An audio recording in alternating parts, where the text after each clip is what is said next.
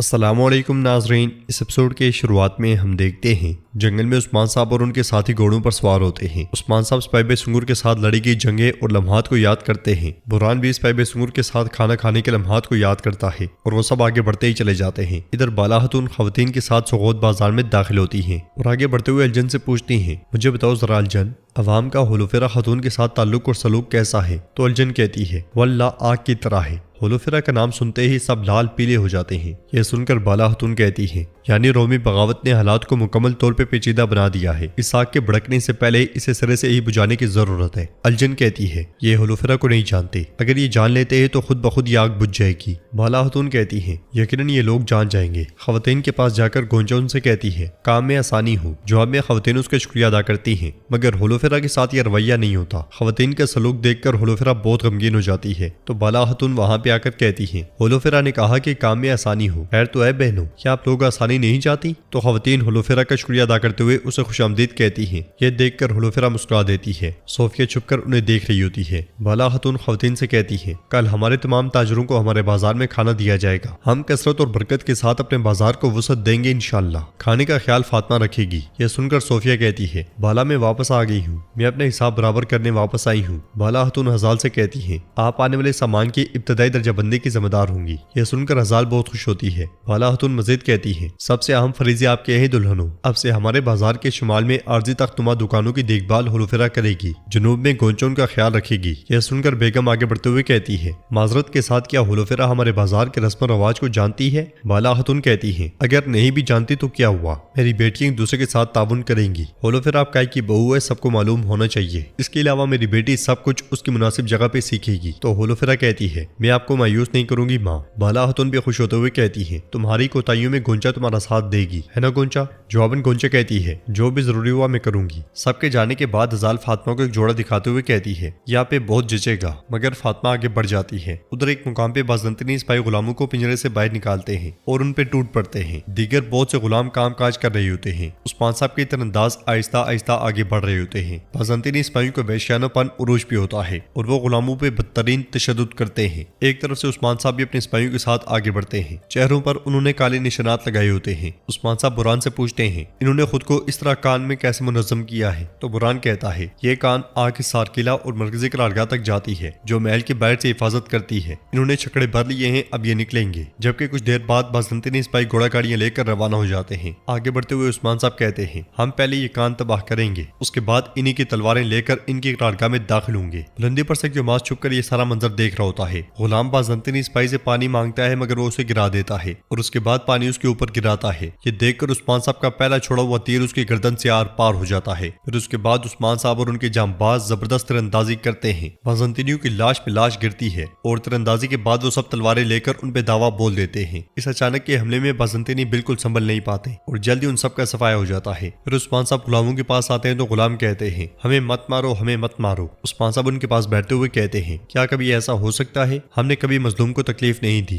ये कहते साथ ही उस्मान साहब उन्हें पानी पिलाते हैं। फिर उन्हें सोना देते हुए कहते हैं, ये लो और हिफाजत से जाओ। लोग उनका शुक्रिया अदा करते हुए कहते हैं, अल्लाह आपकी हिफाजत फरमाए उस्मान साहब, सलामत रहे। फिर उस्मान साहब कहते हैं, चलो हमें कारवां के पीछे जाना है, इससे पहले कोई नजर से उजल हो जाए। ये कहते साथ ही उस्मान साहब सिपाहियों के साथ आगे बढ़ जाते हैं और क्योमास भी वहां से पीछे हट जाता है। उधर हमें का सबासी का गाँव दिखाया जाता है। गाँव के पास और सिपाहियों के साथ झाड़ियों में छुपा होता है। तुरान उससे कहता है, इसका दिफा शानदार है, एक किले के दिफा की तरह। तो रुहान कहता है, उनकी एक आंख यहाँ है। जब वो हमले का रुख देखते हैं तो वो हिमायती दस्तों को इशारा करने के लिए मीनारों की मशलें रोशन करते हैं। तो वहां आने वाला अलाउद्दीन कहता है, वो मशलें अब कभी रोशन नहीं होंगी भाई, अब राग से उठने वाला धुआं हिमायती देखेंगे। यह सुनकर रुहान कहता है, आप मशल की हिफाजत के जिम्मेदार हैं अलाउद्दीन। जब आप अपनी जगह लेंगे, हमारी तलवारें जोशो खरोश फैलाएंगी, तब गिदड़ों का घोंसला तबाह हो जाएगा। यह सुनते साथ ही अलाउद्दीन चला जाता है। सोगत में बेगम बाला हतून को देखते हुए कहती है, अभी के लिए इससे लुत्फ उठाओ, मैंने भी कसम खाई थी कि मैं तुमसे सब कुछ छीन लूंगी, मैं ज्यादा इंतजार नहीं करूंगी। इसलिए मैं फातिमा तेजी से बाला हतून के पास आती है। सोफिया उन्हें देखते हुए कहती है, इसे गले लगाओ बाला,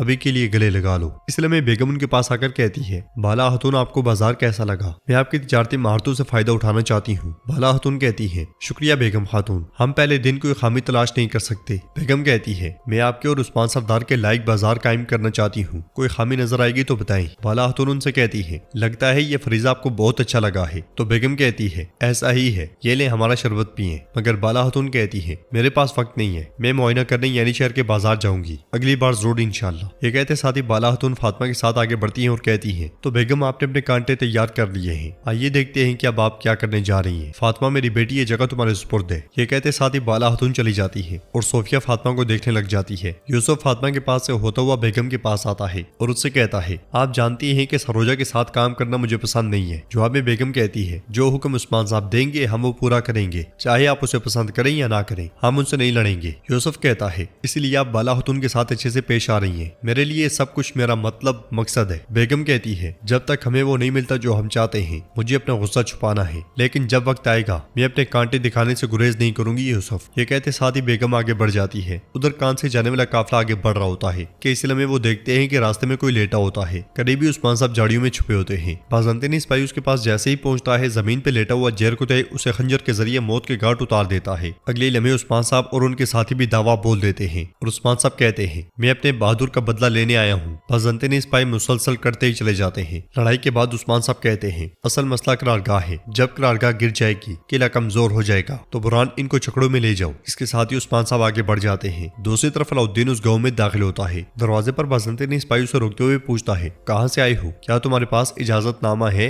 इनकी तलाशी लो। तो अलाउद्दीन के साथ मौजूद शख्स कहता है, मैं दूर दराज रोमी सरजमीन से आया हूँ, मेरे पास इजाजतनामा नहीं है। जवाबन सिपाही कहता है, फिर आप दाखिल नहीं हो सकते। यह सुनकर अलाउद्दीन घोड़े से उतरकर उसके पास आता है और उससे कहता है, हमारे पास इजाजतनामा नहीं है, ताहम हमारे पास कीमती सामान है, अगर आप हमें अंदर जाने देते हैं तो सब जीत जाएंगे। सिपाही पूछता है, आपका क्या मतलब है? तो अलाउद्दीन कहता है, हम तिजारत का वजन उठाए हुए हैं, सबसे ज्यादा दूर दराज की जमीनों से, यानी इन काफिलों में से हर एक के पास गनीमत है, जो हमें गुजरने देगा उन्हें उनका हिस्सा मिलेगा। ये कहते साथ ही अलाउद्दीन उसके कपड़ों में सोना डालता है। सोना देखकर सिपाही बहुत खुश होता है और कहता है, इनके पास इजाजतनामा है, जाने दो इन्हें। फिर अलाउद्दीन से कहता है, हम फिर मिलेंगे। इसके साथ ही उनके लिए रास्ता खोल दिया जाता है। बाहर उरहान कहता है, जब अलाउद्दीन के सिपाही अपनी जगह संभाल लेंगे, हम फिर हमला करेंगे। अलाउद्दीन अंदर गांव में दाखिल हो जाता है, जबकि उरहान आगे बढ़ जाता है। अंदर जाते हुए वो शख्स अलाउद्दीन से पूछता है, आपको कैसे पता चला कि वो आपको जाने देगा? तो अलाउद्दीन कहता है, यहाँ पर मुअज़्ज़ज़ रईस कैदी फरोख्त होते हैं, यकीनन ये गीदड़ भी खरीदे जा सकते हैं, अब हम ये गंदी जगह उखाड़ देंगे। तो नाज़रीन, इसके साथ ही एपिसोड भी इख्तिताम पजीर होती है। अगर आपको ये वीडियो पसंद आए तो इस वीडियो को लाइक लाजमी करें। चैनल को सब्सक्राइब नहीं किया हो तो सब्सक्राइब करने के साथ साथ नोटिफिकेशन वाली घंटी को दबाना मत भूलें, ताकि नेक्स्ट आने वाली वीडियोस का नोटिफिकेशन आपको सबसे पहले मिल सके और आप उन वीडियोस को देख सकें।